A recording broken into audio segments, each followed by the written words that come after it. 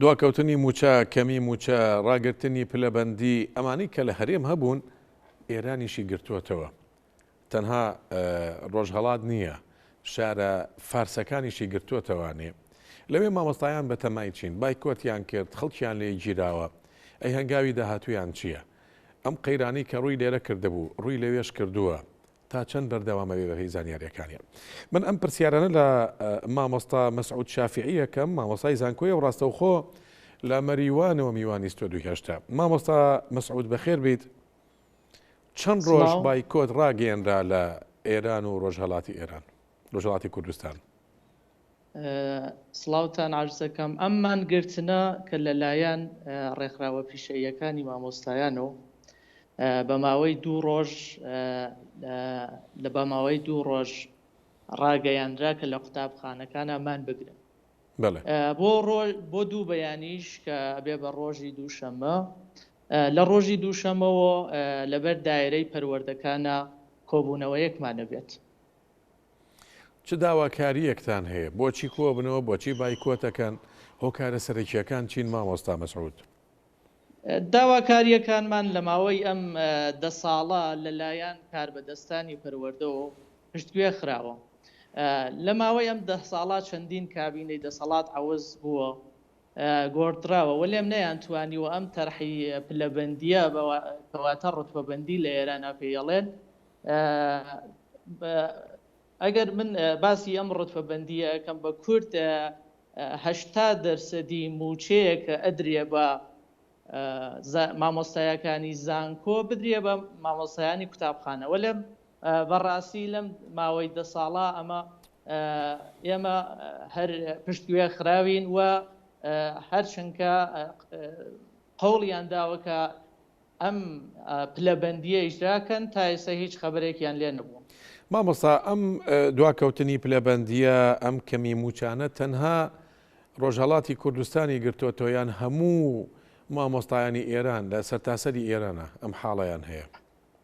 هەموو مامۆستایانی ئێرانە ئەم ڕێکخراوە بۆ تەنها ئێوە لە ڕۆژهەڵات پرسیارەکەی من ئەوەیە بۆ تەنها لە ڕۆژهەڵات و بەشێک لە شارەکانی تری ئێران بایکۆتتان کردووە بۆ 2 ڕۆژ و بە ئۆنلاینیش خوێندن وەستاوە بۆ سەرتاسەری ئێرانم حاڵەتی تیاڕوون ئەگەر سەرنجتاندا بێ لە میدیاکانە تەواوی سەرتاسەری ئێران ئەم مانگرتنیانە بردە بەڕێەوە وەلێم تا ئێستا ممکنە تا ئێستا ڕەسانەیی نەکرابێتەوە ئەم مۆزوعە. ئەیستا شارە گەورەکانی ئێرانیش وەک قوم و وەک شیراز بە ڕێژەیە بەرچاو مامۆستایان خەریکن مانەگرن و خەریکن یاعتراز خۆیان بەم پلەبەندیە هێژن. بەم مانگرتنە چیتان بۆ کرێت؟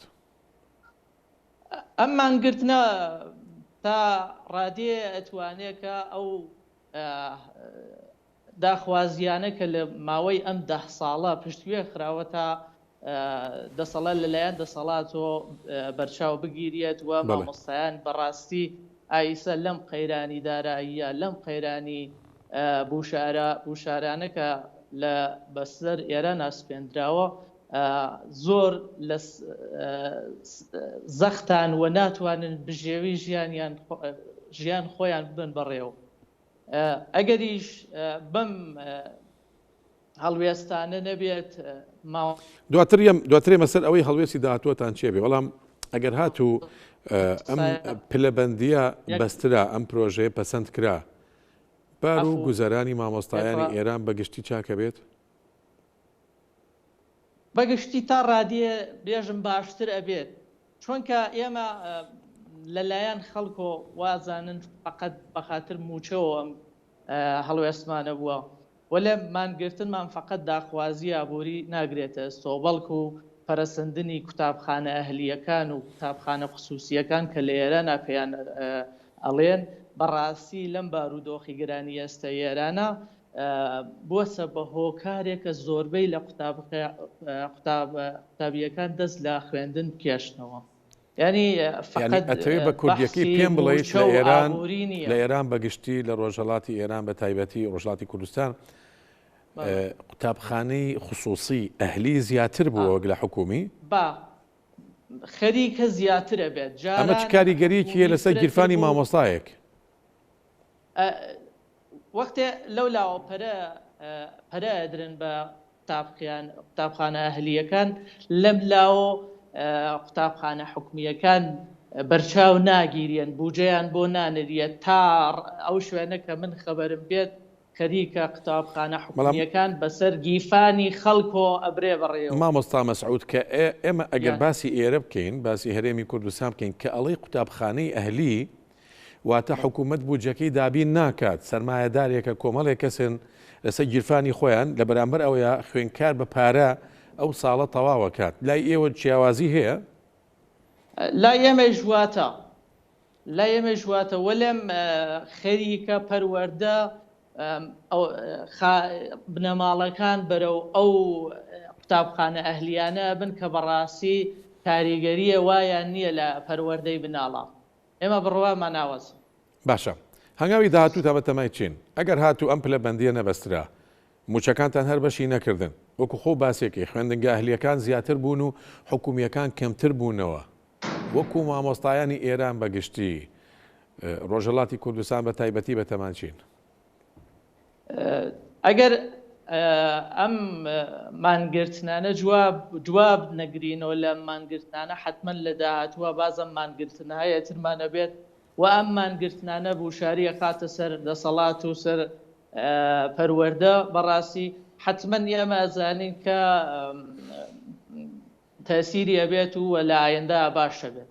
حکوومەت هیچ وەڵامێکی داونەتەوە حکوومەتی ئێران تا ئێستا وەڵامێکە بەرچاو بێت نا وەلێم ئەیستا لە ئەنجومەنی نوێرەنە لە تارانە خەریکە باز لەسەری ئەکرێت ئێمە ئەو پلەبەندیە کە خەریکن ئەوان ئەجراییەکەن بە ڕێکوپێک و دروستی نازانین و بڕێ لە ئاعتراز و هەڵوێستەکەبانەوەسەکە ئەو پلەبەندیە کە ئێمە ئێژی نەجرای کرد.